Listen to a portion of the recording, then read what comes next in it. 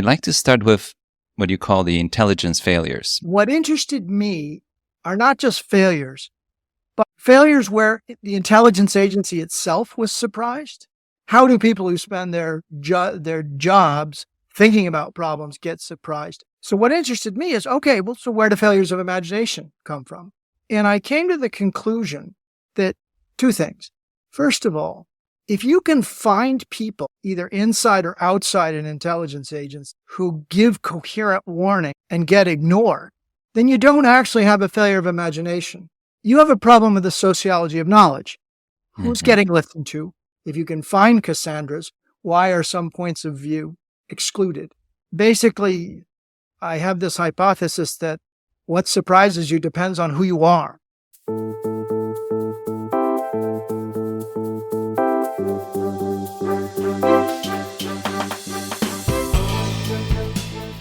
Welcome to Talking Billions. We talk about big ideas, big inspirations, big topics. We take on the hardest subject of all, money. How to make it, save it, keep it. But our conversations lead us to an even bigger question: what it means to live a rich life beyond money. My guests share their practices, principles, and evergreen wisdom. I'm your host, Bogumil Baranowski, author, TEDx speaker, investor, and a founding partner of Sicard Associates, a boutique investment firm founded in New York City. Join me on this quest to unearth the wisdom of the ages. Hello, dear listener. If you're listening to this, it means that I decided to release 2 episodes per week for a period of time. In June, I had a record number of recordings. I recorded within 2 weeks as many conversations as I've recorded in the previous 4 or 5 months. And I decided to speed up the releases, and that's why you're getting 2 episodes per week. Enjoy, save them, cherish them, and when I catch up eventually with my queue, we'll go back to weekly releases. Thank you so much. If you're curious to hear more, don't forget to subscribe to my Substack. It's a treasure trove of articles, podcast episodes, and exclusive bonus content. A simple search with my name and you're in. Now, a heartfelt thank you for the wave of appreciation for my recent book, Crisis Investing. It's packed with 100 pandemic-era essays that are both a reflection of the times and timeless in their wisdom. The book's warm reception has led it to grace the top position in Amazon's new releases.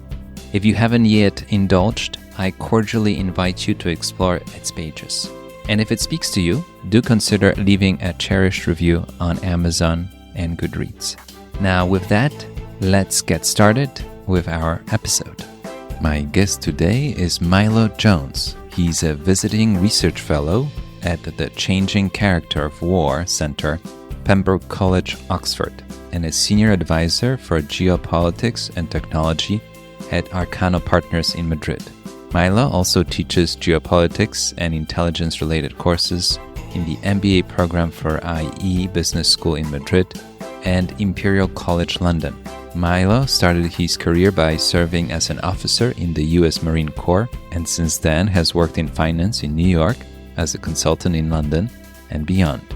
In 2013, Stanford University Press published a book based on his PhD dissertation, Constructing Cassandra, Reframing Intelligence Failure at the CIA, 1947-2001. In today's episode, we talk about Milo's 8 years in the Marine Corps, the study of intelligence agencies' failures that come from failure of imagination. Milo discusses his work reframing those failures. He emphasizes the importance of quality of questions and diversity in analyzing complex problems. We talk about the big picture geopolitical situation and so much more. The mental models we examine can help make better decisions in all areas of life, including investing. What can we learn from intelligence agencies' failures? Please help me welcome Milo Jones. Hello, Milo. Nice to see you again. How are you? I'm very well, thank you. And it's exciting to be talking to a Polish person, even though you're a Polish person in New York, because I'm living in Warsaw. It is unusual to speak with Poles who know America and who know Wall Street. So it's very pleasant. That's why I think we'll have some interesting ideas, questions, and a very interesting conversation. So I met you at Guy Spears Value X in Switzerland, and I found it really interesting as a place to meet because my journey, as you mentioned, started in Cold War Poland in 1980. Not a fun year to be born, and we'll probably talk about it. But I ended up on the Upper East Side, and that's where I spent most of my adult life. You, on the other hand, started on the Upper East Side, but Poland has been your home. I am a Park Avenue Christian Church and a St. Bernard's boy. So I have to ask you about your childhood and upbringing and how you think that time influenced your curiosity, interests, and career that followed. Well, as I said, I am from the Upper East Side, and I had a very fortunate childhood. I was not born under Cold War, in fact, martial law conditions. In some ways, though, New York is, in my opinion, one of the most provincial, cosmopolitan places on earth. My stepmother from the Upper East Side died at age 90-something, and she literally could count on one hand the number of times she'd been to a dinner party on the West Side.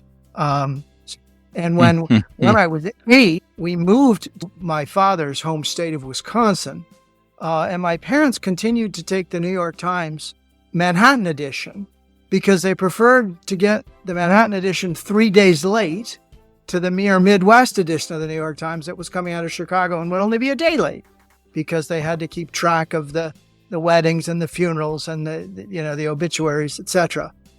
So New York, I feel a New Yorker, but I've been outside of New York for so long that I can also admire it from a distance sometimes.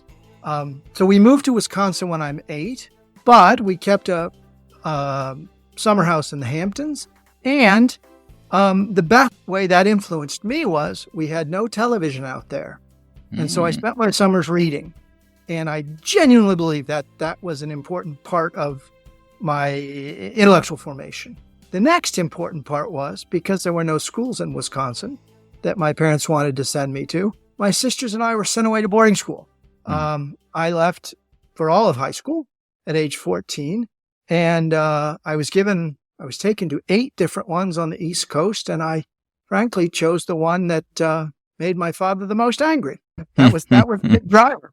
And the other happy accident there was, and then I'll let you get a question in, but the really formative thing about that school among men, I heard my father and mother talking about the school, and my father said, they offer Russian language. And I wonder who the hell takes Russian, my father said. And my mother said, well, French is the language of gentlemen. Milo will undoubtedly study French. So because I was unhappy with being sent away, I promptly enrolled in Russian class. And my Russian teacher was a former Marine officer. In fact, formerly worked at the U.S. Embassy in Moscow. And so in some ways, a lot of who I am and what I do now was very much formed almost by chance as a result of that upbringing. I'm sensing some disobedience, being rebellious at an early age. Am I right? Well, yes and no. I never had the nerve to do it properly, but the school was a strict place, and I was largely obedient.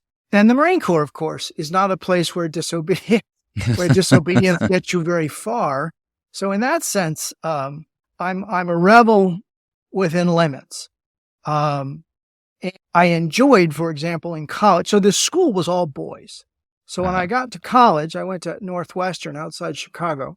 When I got to college, I majored in art history because, frankly, I understood enough about comparative advantage to realize that art history classes would be 90% girls, and I was, quite frankly, the only straight guy in the department.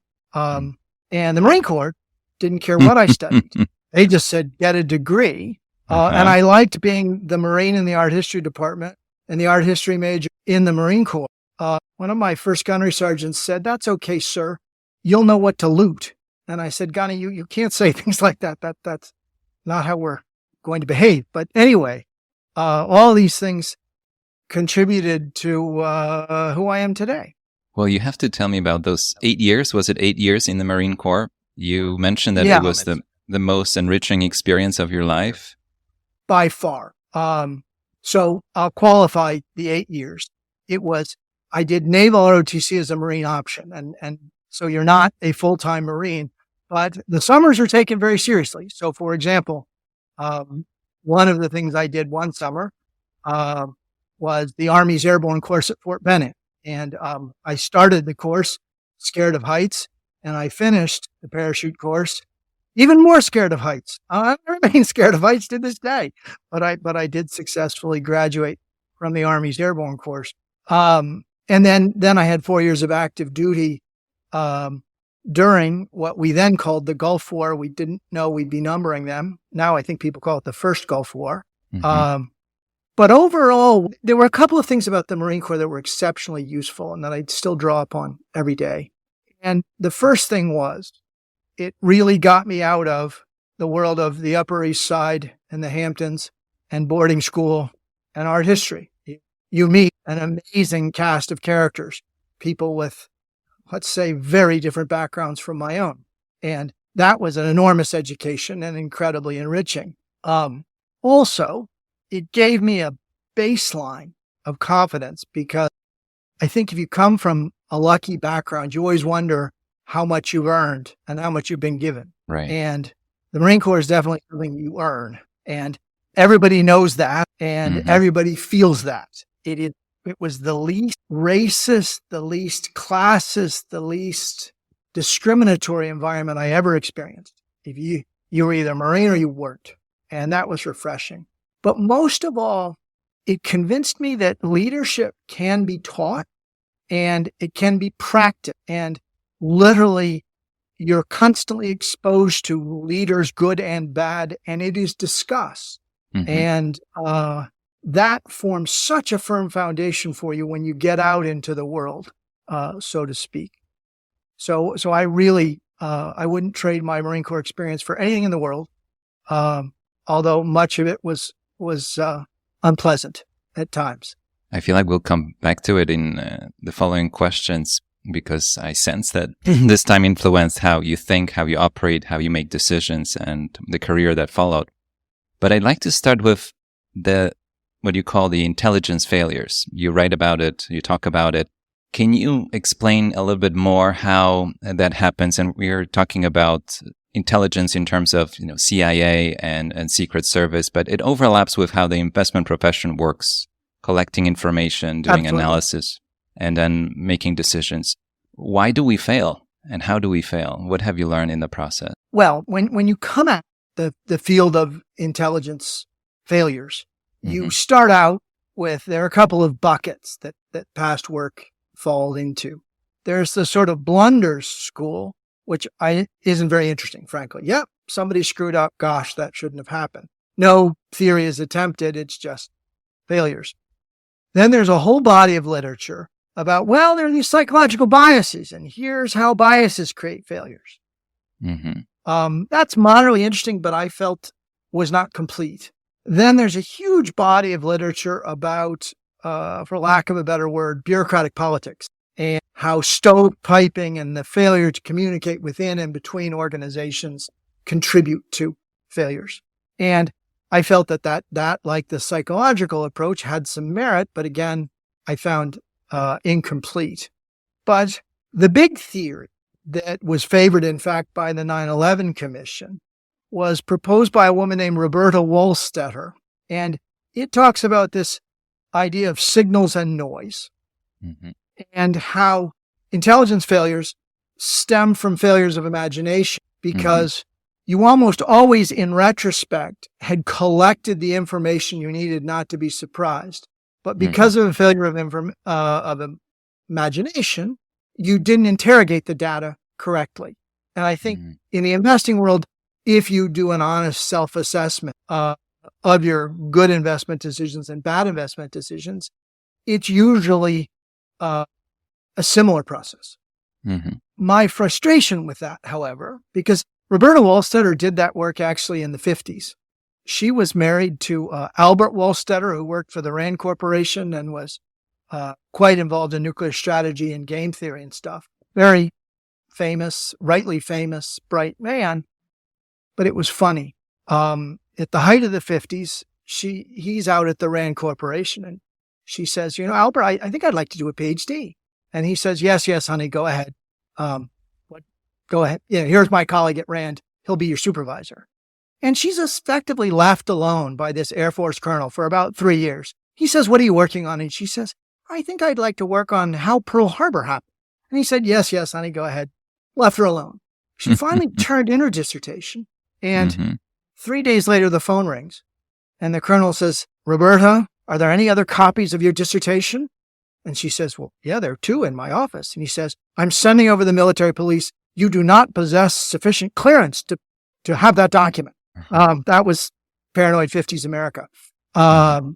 She did, in fact, finally get permission to publish her dissertation. And it came out with Stanford University Press as a book called Pearl Harbor, Warning and Decision, about 5 years after she finished it. And as I say, her big insight is that failures of intelligence rarely stem from failures to collect the correct information. They stem from failures of imagination to ask the right questions of the data that you have or that everyone has. And you certainly see, if you look at a case like Enron, everything that was wrong with Enron was basically widely known by everybody who bothered to pull the right information from the Edgar system. What people differed on was the interpretation of how to treat mark-to-market accounting and off-balance sheet debt and all these other things. So sometimes failures of imagination matter a great deal. Let me get to my own work, though, if I may. Yeah, please. I said, in fact, I picked Stanford University Press to publish my book quite specifically because I see my book, which is called Constructing Cassandra, Reframing Intelligence Failure at the CIA. I see it quite specifically as an addition to Roberta Wohlstetter's work. What interested me are not just failures, but failures where the intelligence agency itself was surprised, not failures where the CIA gives warning and people didn't pay attention. I was interested in, hold on, how do people who spend their jobs thinking about problems get surprised and why? And failures of imagination is loved in Washington and other places because it's plausible. Indeed, it's true, but there's nobody to blame. So it has no sort of diagnostic value. What are you supposed to do? Imagine harbor? So what interested me is, okay, well, so where do failures of imagination come from? And I came to the conclusion that 2 things. First of all, if you can find people either inside or outside an intelligence agency who give coherent warning and get ignored, then you don't actually have a failure of imagination. You have a problem with the sociology of knowledge. Who's getting listened to? What questions are being asked? What questions are taken seriously? What perspectives are permitted or driven to the top of the analytic process and why? And that interested me. And I, of course, had to figure out, well, all right, where do those come from? If you can find Cassandras, why are some points of view excluded? And I came to the conclusion that essentially they're rooted in the culture and identity of the individuals and the organization that's doing the information sorting. So you my mother used to ask, well, so what are you working on, dear? And I'd say, well, Mom, basically, I have this hypothesis that what surprises you depends on who you are. And she said, well, I can't tell my friends that. That sounds very simple. You've been doing this for 7 years.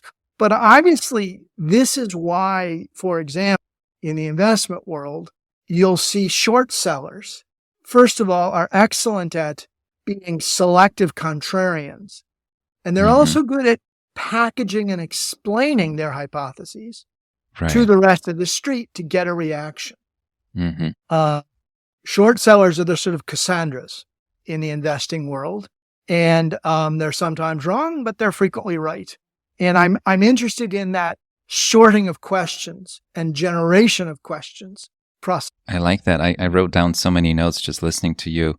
It's interesting that you mentioned Enron because my first, I would call it a internship interview with my future and now current business partner, Francois Sicard, I asked him about Enron because this was the topic of the day.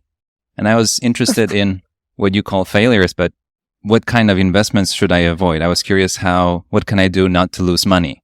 And he found it so refreshing that this kid out of grad school is not interested in coming to the investment profession to make money, but he's more curious, first of all, how not to lose money. So avoid the failures.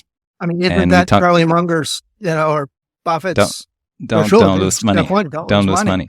And he found it refreshing. And I was just, a naive, curious kid coming out of grad school, curious about how he avoided Enron. And he simply said the numbers didn't make sense to him, and he walked away.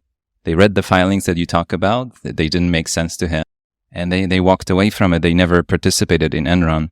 But the interesting thing is that I remember sitting and pitching my first stock in New York in a Manhattan office, and I was looking around, and I noticed that the second oldest person was twice my age, and I was the only person not born in the U.S., not educated in the U.S. And I thought everybody around me has pretty much the same view and opinion, and I'm bringing a whole different perspective. And I didn't see I think I grew to appreciate the value of it over time, being different in that sense, being the only person outsider in the room. But I think I came with a much wider range of outcomes in my head already recorded. I saw bank runs when I was a kid. I saw hyperinflation. I saw an economic shift from a controlled, centrally planned economy to a free market economy. So the things that we're seeing in the US now with bank runs, a lot of people know bank runs from books about the 1930s. I actually watched them live in person. So I think bringing a wider range of outcomes to the table, and I think that's one of the things that you talk about, who is invited to the table and whose perspectives we share. Is that where you're going with that? It is. Of course, I was most interested when writing the PhD to, first of all, understand the phenomenon. But of course, people always want a practical, action-oriented conclusion, which I really only did after the dissertation. But one of my, if you will, fashionable conclusions is that, let's face it, diversity is a moral good, and it's something that we all seek for its own sake. In addition, however, it can also be somewhat, frankly, to be a pain in the ass to have a diverse analytic team. But because culture and identity so drive many of the fundamental question-asking processes, they're actually vital when looking at complex problems. There's a wonderful article called "God Gave Physics the Easy Problems," and many people in finance actually think they're doing something scientific because look, there are numbers involved, so it must be like an engineering problem.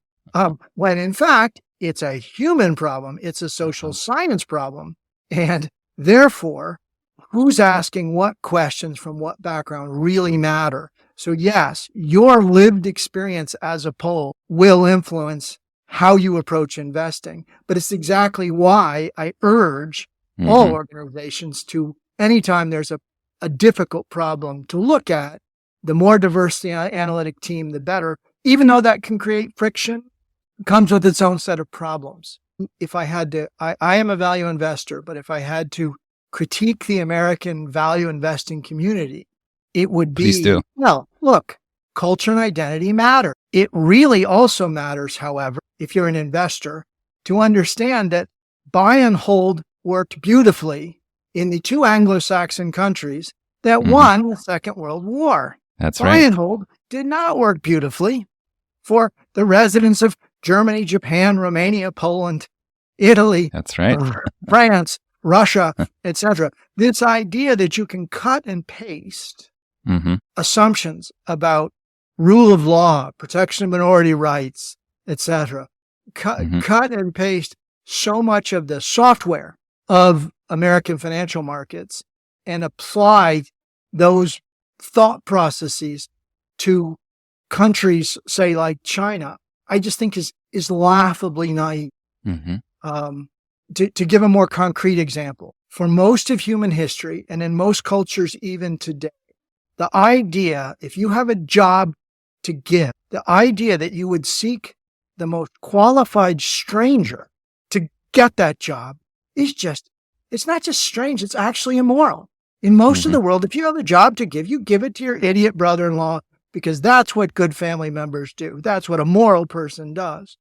And so a lot of how we think about transactions and capitalism are not obvious, and they're not human nature. They're flowing from a particular set of cultural traditions that I admire, I'm grateful for, but are not universal. They're learned.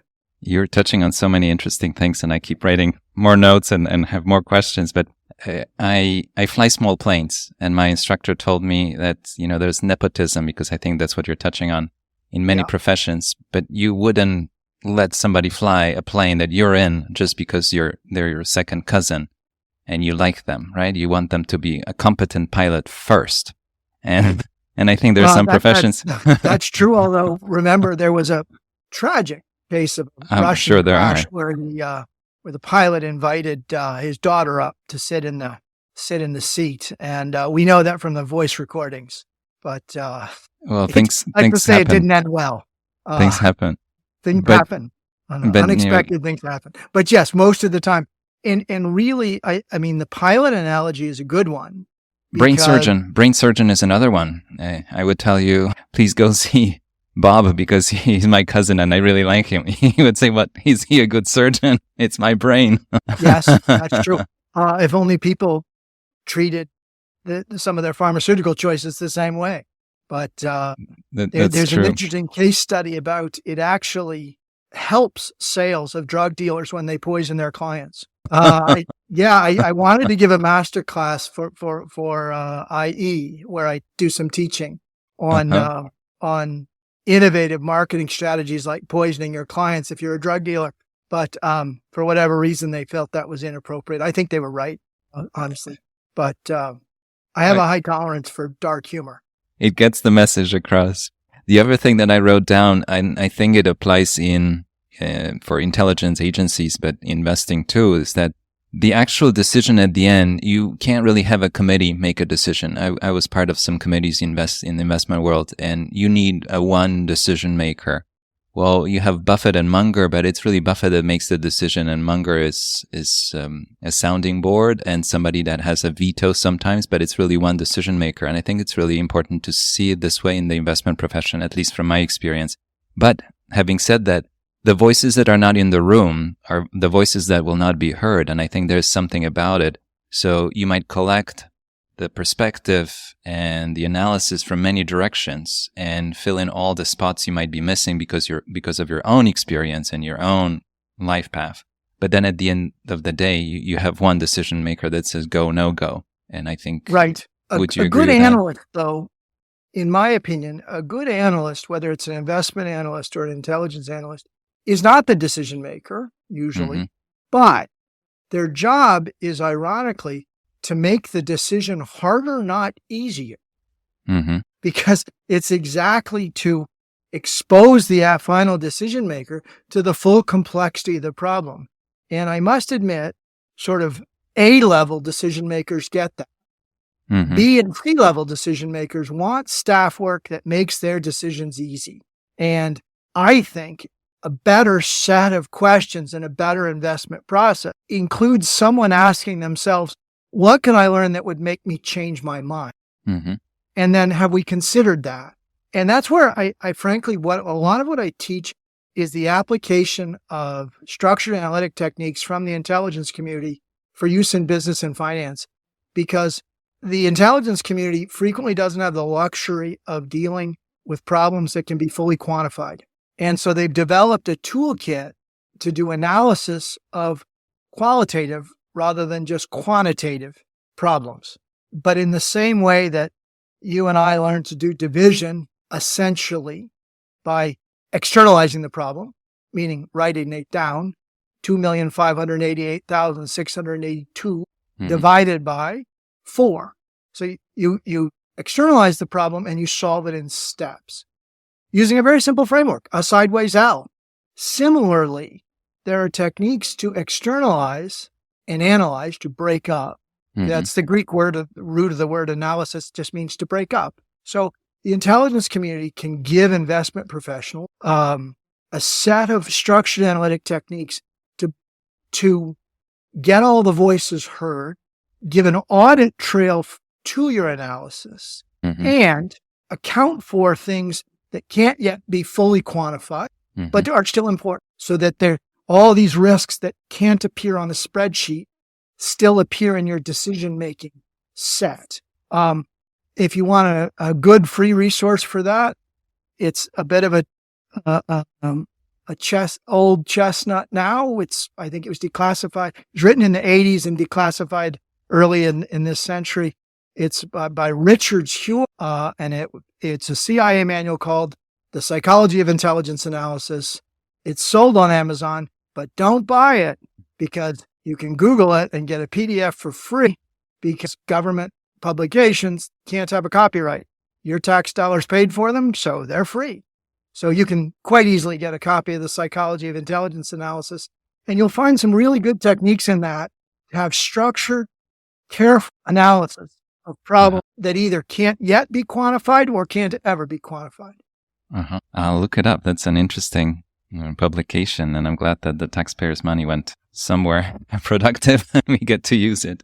I want to ask you about diversity. I had two guests on my show, Ellen Carr and Katrina Dudley, who are two very successful investment professionals, and they wrote a book, Undiversified, and they share their observations about the fact that the investment profession is one of the least diversified when it comes to gender. And you mentioned Roberta and her unconventional approach to study and research and adding a lot of value to the process. Do you have some thoughts about making investment profession, your profession, many professions, more open with more diversity of voices and not just gender, but ages and across the board? I do, but my first caution would be that American approaches to diversity are eccentric. I mean, America's 4% of the world's population with about 23% of the money. So we are quite strange. Global. Right. And our approach to diversity is also quite strange because in particular, we don't tend to admit to class. So we'll say, oh, this is a diverse group. Look, we have an African American, we have a Latina, we have a woman, we have an old person, we have a young person, all of whom are probably upper middle class or middle class and educated. And in fact, that's a pretty bad proxy for cognitive diversity. So, for example, speaking another language is vitally important, and it's something that American intelligence does poorly. And certainly, I can imagine that there are very few requirements that if you're covering, say, Brazil or Latin America for a particular investment bank, maybe you speak the language, Portuguese for Brazil, Spanish for much of the rest of the continent. Maybe you don't, but can you really seriously analyze a culture, a society, etc., if you don't speak the language? I'm skeptical. So diversity takes many forms, and simply having the right shade of pigmentation or whatever in a picture or the right gender is not a perfect proxy, but it is better than nothing. When I'm teaching in business schools, for example, I urge all my MBA students to actually visit a real slum in the third world. Meet a few people who genuinely live on $2 a day and who did not grow up with running water. And then imagine that 2.5 billion people live that way now. I mean, Chinese people studying the future of China, they go to Shanghai and they go to Beijing, etc. But I don't think that's visiting China. It's like when I meet Europeans who say, oh, I love America. And I say, where have you been? And they say, oh, New York and Washington and San Francisco and Chicago. And I say, that's great, but when are you going to visit America? There actually used to be some graffiti as you'd cross the George Washington Bridge. America starts here. You're in this information bubble. And if you're going to understand China, you got to get out of Shanghai and Beijing and so on, and meet the 650 million Chinese who live at an income level of Bolivia or below. That is China. Stuck at Shanghai is not China. Indeed, it's deceptive.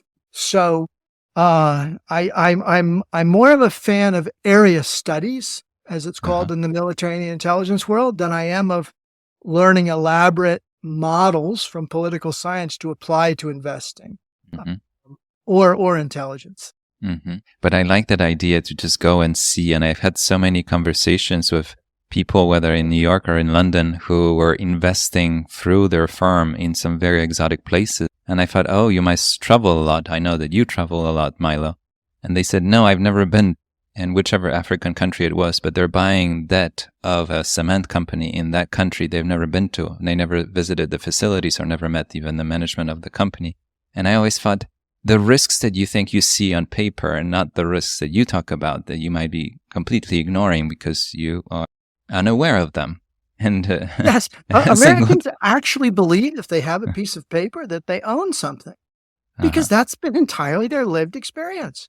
I in my classes, I offer a thought experiment. I tell my students, you've been given $6 million and you're buying an apartment in Manhattan for $2 million, an apartment in Beijing for $2 million, and an apartment in Moscow for $2 million on Monday. On Tuesday, which apartment is most valuable? And they'll all say, well, they're equal. And then they'll talk to me about, well, you need to understand the Chinese economy is this and the rest of it. And I say, no, actually, you don't. Are you sure you really own? Can you really be sure you really own? Americans are touchingly naive about what the law is for, what paper can, and let's put it this way. In most of America, we may not love taxes, but even if your brother works for the Internal Revenue Service, you're going to pay taxes. And even if your brother's a sheriff, the odds are pretty good. Most of the time, if you commit a crime, you're going to get prosecuted. Right. In much of the world, again, that's just not how the world works. There is a lovely naivete to being rich and powerful and at peace for roughly 2 centuries, largely at peace for 2 centuries. And a huge advantage. You pointed out the elephant in the room, which is the property rights. And it's a topic that's really abstract, I noticed, for Americans, because what do you mean? I have a paper that shows that I own it. And I grew up in Poland, and Poland went through a massive transformation. And my parents ended up buying a little bit of land that we built a summer home on in the 90s after the transformation happened. And we were enjoying lunch one day, and somebody walked up and said, how are you enjoying my land? And it paused our lunch. And apparently we bought it not from the actual owner. We bought it from somebody that claimed that they own it. And it wasn't really, a crime or anything. It was more of the fact that the land, the ownership was not properly sorted out. And there were very conflicting records of who owned the land. And there were two great grandsons of somebody, and they both thought they owned it. So we ended up settling with that person, and it wasn't not a meaningful amount. It was just a little piece of land under a small summer home, but it taught me a lesson, and I overheard many conversations. And since then, when I hear people buying some property in exotic places, I'm always curious, what do you think you bought and what you actually bought? Even, I think it's called the cadastral register. There are several European countries that I'm not going to name where there's still no proper cadastral register. You can't really be sure who owns certain property. So I divide the world into their markets. There are a few markets where I can actually buy and own something without seeing it. Then there are markets where I can buy and own something if I'm there. Right. So if I can go there and I live in that place and can watch it and be there, fine. I'm pretty confident I own it. And then there are places where you can never be sure you own any, where effectively the party or the king or the czar truly owns everything, and you can find yourself without goods. And that's why I mostly only invest in the United States. In fact, I entirely only invest in the United States and Europe. I'm sure there are attractive opportunities in many places if I could go there and be there and watch a productive asset, but I'm not willing to own it secondhand. And I'm undoubtedly missing out on some big opportunities. But as you say, the first rule is don't lose money. I think missing out on opportunities is just fine, as long as you have the ones that work for you.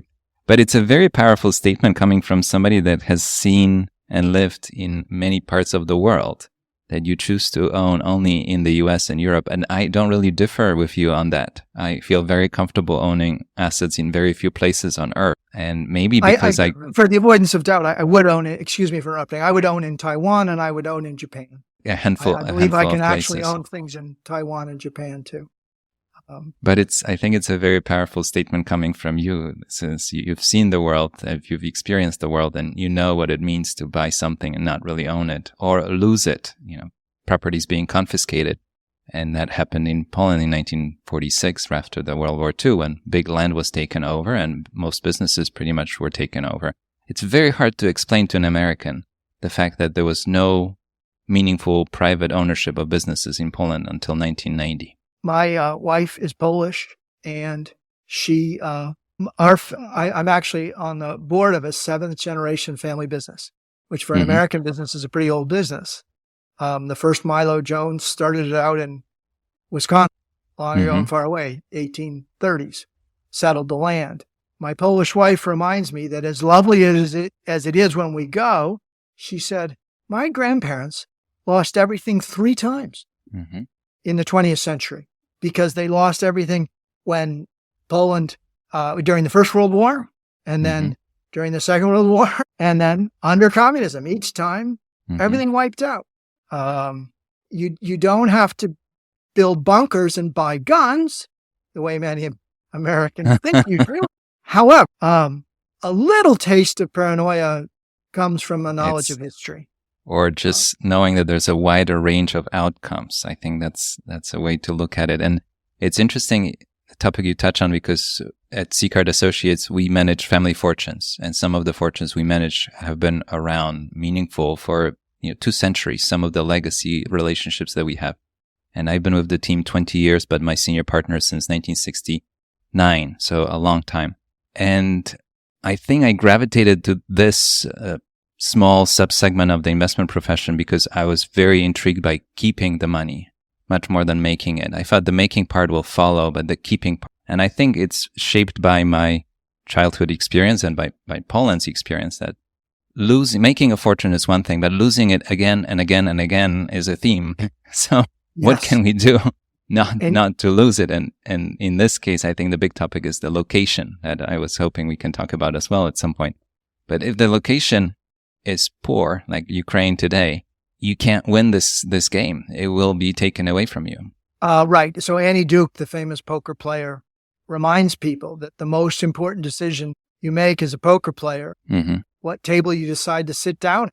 That's and right. When I think about investments, I first ask myself, am I going to sit down at this table? And the answer is, I need a long track record of rule of law and relative geopolitical security. So when we talk about my investments is one thing. I own my house in Poland, and I'm happy to own a house in Poland, but I'm careful in other respects.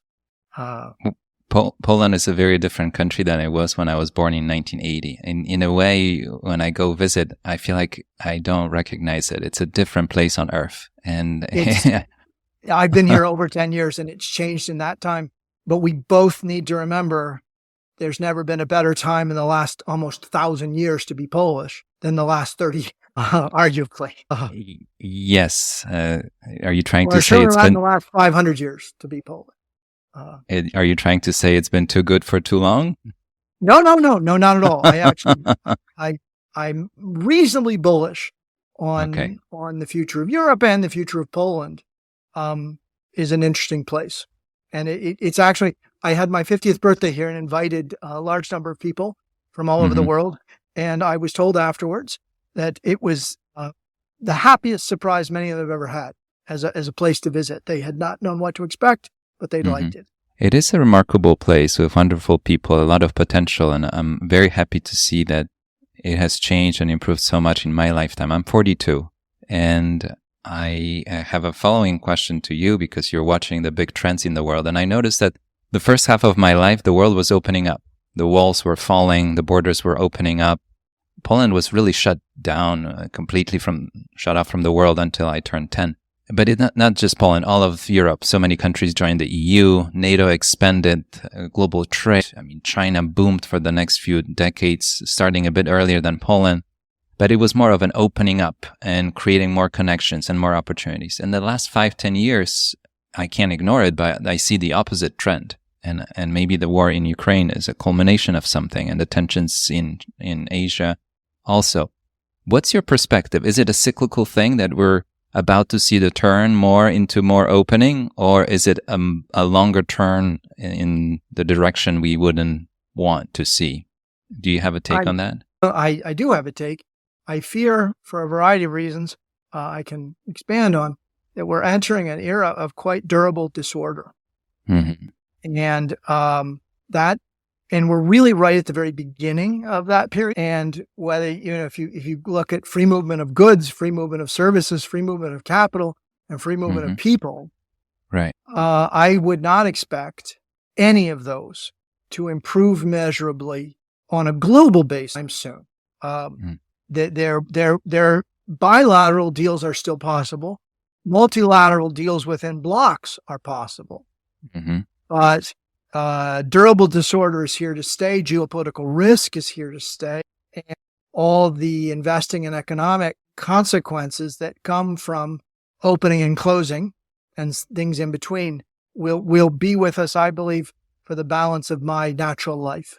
You think so? I fear I do. I think the key is to learn to profit from disorder. It feels like it's a darker period. That's how I perceive it, especially with the conflict right next to Poland. And historically, it was really Poland that was always the battleground, whether it was from the east or the west, or even the north, Sweden visited. Right. Yeah, before the Scandinavians rebranded, they were called Vikings, and they were rather difficult. But yeah, the Great North, the Deluge, I believe it's called. Absolutely.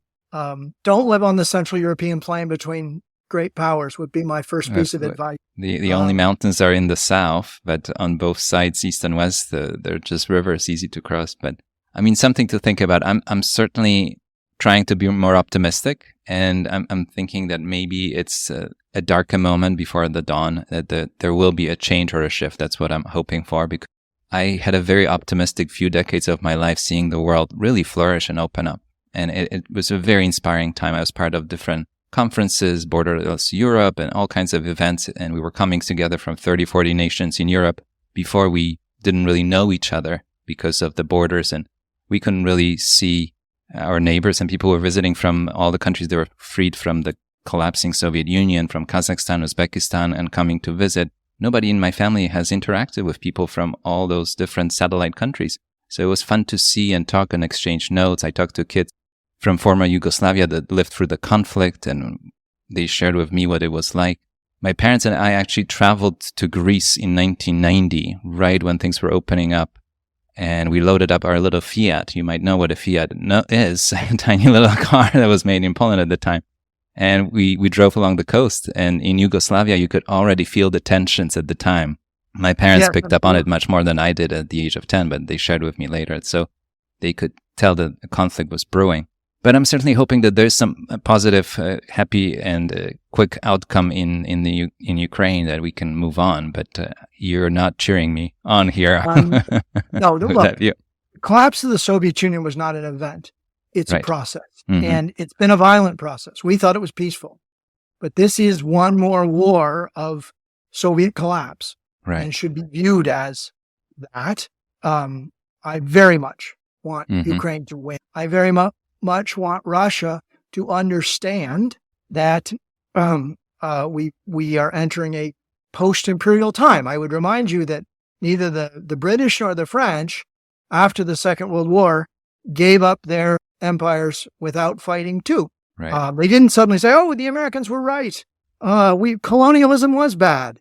No, there were wars that continued about 20 years into that process. So we're seeing that, but that's not where the disorder comes from. Where the disorder comes from is the spread of profoundly powerful digital technology that I call the 3 grain technologies. It's a nonsense acronym that some of you learn in the military. Come up with an acronym to remember things. So 3 grain are general purpose technologies flowing from digital computing that are going to turn not just business models and industries upside down, but cultures and identities and politics upside down. And the 3 grain stands for 3D printing. 3D printing, among other things, upends the idea on which the Industrial Revolution is based, which is if you make thousands of the same object, the incremental cost goes down. Right. 3D printing means no incremental cost to customization, among other things. It also means as soon as you can 3D print auto parts in every garage in Brooklyn, you can 3D print AK-47s in every garage in Brooklyn. So 3D printing is big. That's the 3 and 3 grain. Then you've got genetics, and that's everything from 3-parent baby to wonderful rice that will grow in brackish water to customized medicines. And that's all driven by Moore's Law and computing. So 3D printing, genetics, then the R is robotics. Obviously, we know automation is having an impact on many industries. Then there's artificial intelligence. We could spend the whole hour talking about ChatGPT, et cetera, if we wanted to, but we won't. Obviously, it's going to have an impact. Then there's the Internet of Things, which is providing the data for this computing. And then there's nanotechnology or material sciences, which is not getting as much attention as it should, but is also being driven by digital instruments. Now, each of those in isolation would have profound economic, financial, social and cultural and political effects, but they're not in isolation. They're coming at us like a wave. And if you want, you can add blockchain and quantum computing, which quantum technically isn't digital, but it's driven by advances in digital. So we are really at the very beginning of that change, and I'll prove it to you. Here's how. When a new technology is introduced, we tend to use the old vocabulary to describe it. Right. When the radio came out, the British called it the wireless telegraph because it's like a telegraph, but it doesn't need wires. And when automobiles arose, they were first called horseless carriages. That's right. Have you got your phone with you? I do, somewhere, yes. I'm holding my so-called phone up. I don't know what the hell this is, but it's not a telephones phone. are attached to walls and they do voice, okay? And here, this is a computer. This is an encyclopedia. This is a movie camera. This is a lot of things, but we're still calling it. If you want to understand the impact of automobiles and you called them horseless carriages, you weren't going to understand the impact on even urban design. Similarly, if you're trying to make sense of the impact of digital devices and you're still calling this a telephone, you just don't get that we're in a new world. We really are in a new world. I like that. And as I say, that's going to feed all the institutions that were created under analog conditions, governments, schools, etc. Everything you want to name, financial market. They were created under analog conditions, and they're going to be under pressure under digital conditions. And think of the printing press. It's as big as that. As you know, Gutenberg invented the printing press and around 1450, and then Europe entered a period of roughly 250 years of peace, love, and joy, right? No, Europe entered the wars of religion and 250 years of savage, the end of feudalism, the wars of religion, etc. So disruption. Changing technologies change identities and cultures, and we're right at the beginning of that. You know, you're touching on some. No, we're married. We don't have kids yet. I'll give an example for listeners who have kids. We all went to analog schools. Analog schools are all set up the same way. They ring a bell. You're sorted by date of manufacture. Everybody sits down in a room, and someone comes in and they ask you a question. And if you give the right answer, you're smart and you go to the next grade. And then someone else comes in and asks you questions, and you gave the right answer. And each time you spend 12 years of your life thinking, fetching answers and memorizing answers to other people's questions makes you a smart person. Siri, when was the Peloponnesian War? Alexa, what's the capital of Mali? Right? In the digital age, the quality of your questions is far more important than your ability to to answer other people's questions. And therefore, if you have kids, every day you should be asking them when they get home from school, now what grades did you get? It's, did you ask any good questions? And the odds are good. They'll say, oh, we're not supposed to, or I'd get in trouble, or I'd look silly. But the level of change that's going to be required by our societies start with really fundamental things like that. What's a school for? What does an educated person look like? And how should we be training the next generation to cope with the capabilities of the technologies that exist now. Mm. As you know, I spend a semester a year, or try to, at Oxford, and I encountered a guy there who's a theologian who asked ChatGPT, write him a sermon on the importance of only drinking good wine. And within 10 seconds, it did it, complete with biblical quotations and so on. Remarkable. And then he said, all right, deliver the same sermon as if Donald Trump had written it. And it changed it and used words like bigly and stuff. But the democratization of creativity is just one isolated example of one of the three grain technologies. But they're coming at investors like a wave.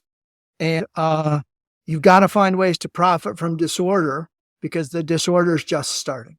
I love this. And you compare fetching data with asking quality questions. I think that's a very powerful image, because I went to schools in many countries, and there are big similarities, some differences, but a lot of what people are praised for is, do you remember the dates, the names, the numbers?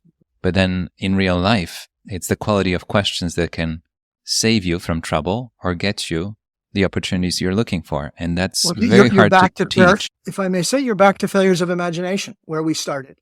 Exactly. You're back to this idea that the quality of your strategies and the quality of your lives and the quality of your investments ultimately depends on the quality of your questions. If you get the questions right, your answers will be fine.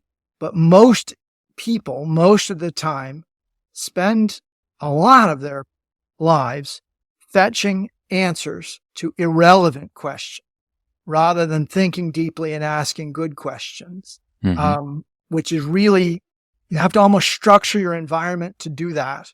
And you need to get skilled with historical analogies and historical precedents. It's very hard to look ahead 10 years. You better look back 200, in my opinion. History can teach you a lesson. It's very hard to teach it, the quality of questions, and it's hard to evaluate that kind of work, both as a manager, as a client. I notice, because with remote work these days, when people are not watched, and it's not about time spent, but the outcome, and the outcome actually at the end of the day is the quality of questions that were asked. The plumber that goes in and knows where to touch, which screw to tighten, that's the kind of quality of work that's delivered. I think there's a huge challenge these days with companies, managers, executives, all the way to clients, knowing, how do you even evaluate if these were the right questions to ask?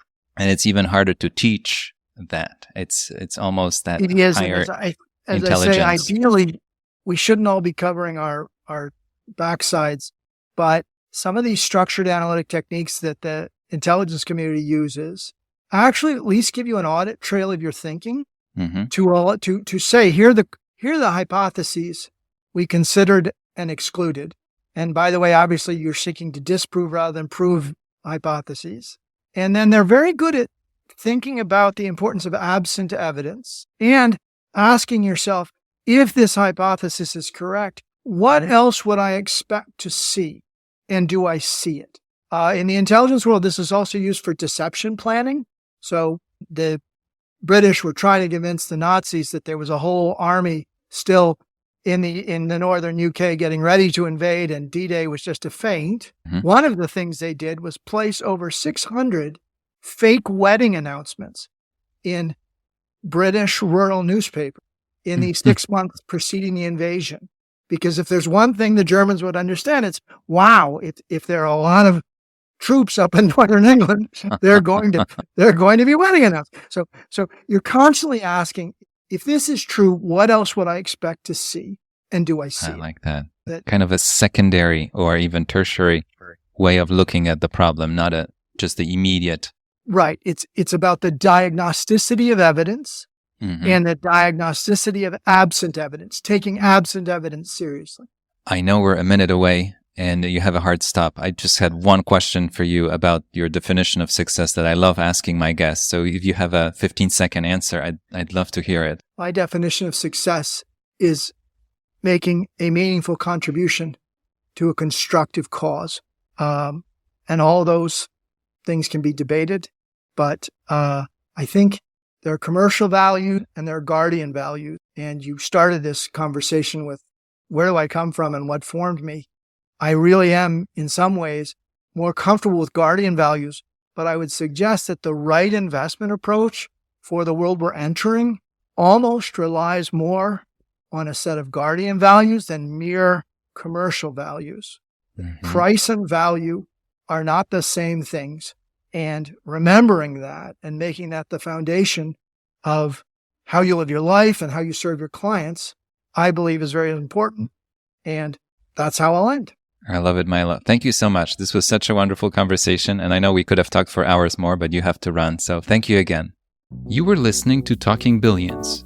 We talk about big ideas, big inspirations, big topics. We take on the hardest subject of all, money. But our conversations lead us to an even bigger question: what it means to live a rich life beyond money. If you enjoyed the show, please take a moment and follow, subscribe, rate, and share with friends and family. We rely on word of mouth to promote the show. One click for you means the world to us. Thank you. Until next time, your host, Bogumil Baranowski. The content of this podcast is for general informational purposes only, and so are the opinions of members of Sicard Associates, a registered investment advisor, and guests of the show. This podcast does not constitute a recommendation to buy or sell any specific security or financial instruments, or provide investment advice or service. Past performance is not indicative of future results. More information on Sicard Associates is available in its Form ADV disclosure documents available at advisorinfo.sec.gov.